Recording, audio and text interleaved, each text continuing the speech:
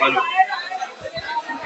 श्रीमान आदित्य साहेब ठाकरेच्या आम्ही लक्ष्मीनारायण मंदिर हार्दिक स्वागत करतोय इथे आपला परिसरला.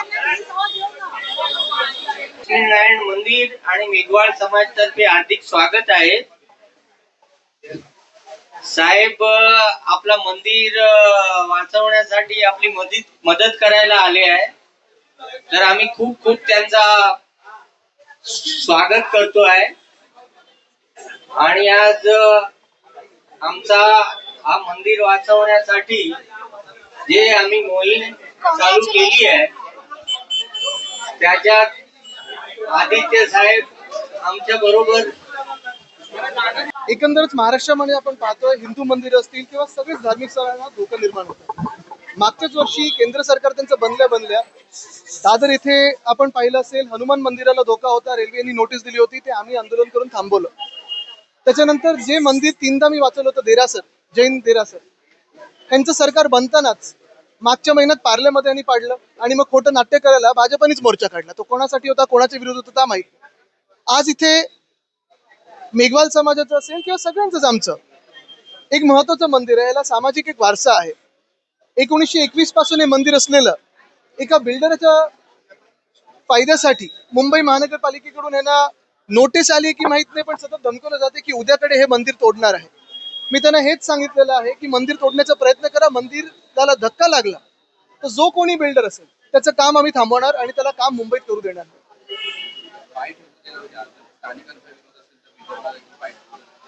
बिलकुल स्थानिकांचा विरोध आहेच, आणि म्हणून जर मंदिराला हात लावला त्या बिल्डरनी तर बिल्डरला काम करू देणार नाही.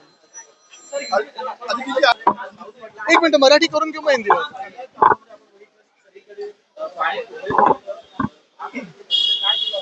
तसं पाहिलं गेलं तर हा पहिला पाऊस नव्हता.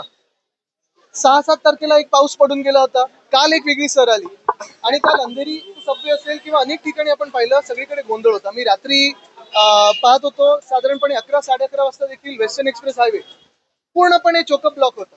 कुठेही यंत्रणा दिसत नव्हती रस्त्यावर, ना ट्रॅफिक पोलीस होते, ना कोणी लोकांना मदत करायला रस्त्यावर नव्हतं. आणि काल मुंबईचे जे हाल झाले, काल पुण्यामध्ये पण मी पाहत होतो, सिंहगड रोड असेल किंवा इतर काही असतील, सगळी शहरं आपली ह्या भाजपाने उद्ध्वस्त करून ठेवले. सगळीकडे खोदकाम, कॉन्ट्रॅक्टरला कामं, खोटी कामं करून ठेवलेली आहेत. आज देखील आपण पाहतोय मुंबईमध्ये रस्त्याच्या बाजूला गटारांमधून जो गाळ काढून ठेवलाय तो तसाच आहे, कुठे उचललाय. आणि कुठे ना कुठेतरी महानगरपालिकेवर भाजपची एक सत्ता बसवली आहे मुख्यमंत्री कार्यालयातून, त्यांनी हे उत्तर देणं गरजेचं आहे की आमच्या शहरांची वाट का लावली तुम्ही.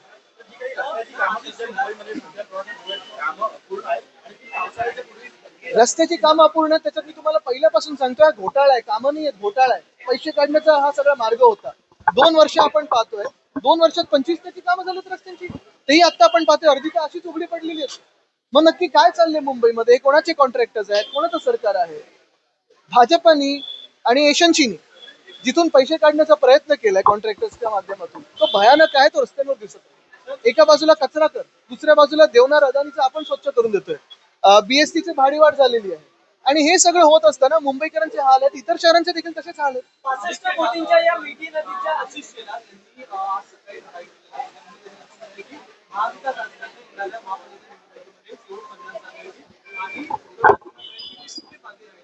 ठीक आहे, सोडून द्या ना. मी त्यांना नेहमी सांगतो मला त्यांच्याबद्दल खूप सिंपती आहे. त्यांच्यावर जो एक सायकोलॉजिकल परिणाम झाला, त्यांना पक्षात कसं बाजूला ठेवलं, मी त्यांना उत्तर देत नाही. एक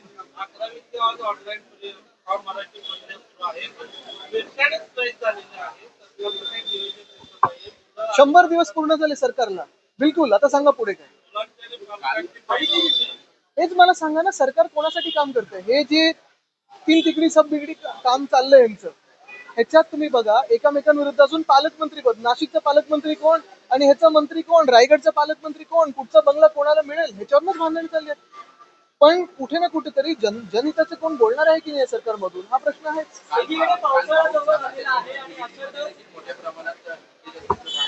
आम्ही आंदोलन केलेलं आहे, ह्याच्यात आम्ही सातत्याने मागणी करतोय की प्रत्येक वर्षी, खरं ह्याच्यात आमदार नगरसेवक एवढ्यापर्यंत पोहोचलंच नाही पाहिजे. पीडब्ल्यूडी खातं कुठे फेल होत आहे आणि ते डिरेक्टर सस्पेंड होणार की नाही. आता आम्ही हा विधानभवनात देखील आंदोलन करणार आहोत जेव्हा अधिवेशन सुरू होईल, कारण जे कोणी पीडब्ल्यूडीचे तिथे संचालक आहेत ते सस्पेंड झाले पाहिजे, त्यांचं ऑफिस आता बंद आहे. शालिमार हा प्रत्येक वर्षीचा कार्यक्रम आहे, कशाला नाही तुम्ही कशाला उशीर करताय? पैसे काढण्याचा प्रयत्न करताय का याच्यातून? आणि आम्ही हे आता एक्सपोज करणार आहोत, कारण आमची वारंवार पत्रव्यवहार झालेले आहे, आंदोलनं झालेली आहेत, तिथे जाऊन भेटून आलेले आहेत आमचे स्थानिक पदाधिकारी. पण कुठे हा पैसा गेला जो शालिमारसाठी येतो, ह्याचा आम्ही आता चौकशी सुरू करणार. आदित्यजी, पावसाळा जवळ आलेला आहे. अशातच नालेसफाई हा सगळा विषय आहे. मात्र आता कथित जो मिठी नदीचा घोटाळा होता 65 कोटी रुपयांचा, त्यामध्ये त्या ED सुद्धा चांगलं आहे, आता एशनशीला बोलवा. कारण 3 वर्ष कोणाचं सरकार आहे? नगर विकास खातं कोणाकडे आहे? महानगरपालिका कोण चालवतंय? कॉन्ट्रॅक्टर कोणाचे आहेत? काढा. एशनशी येतील का की गावी पळतील?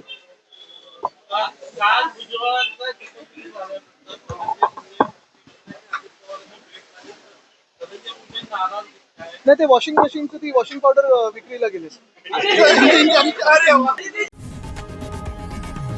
लोकशाही मराठी ऐका, पहा, जागरूक रहा.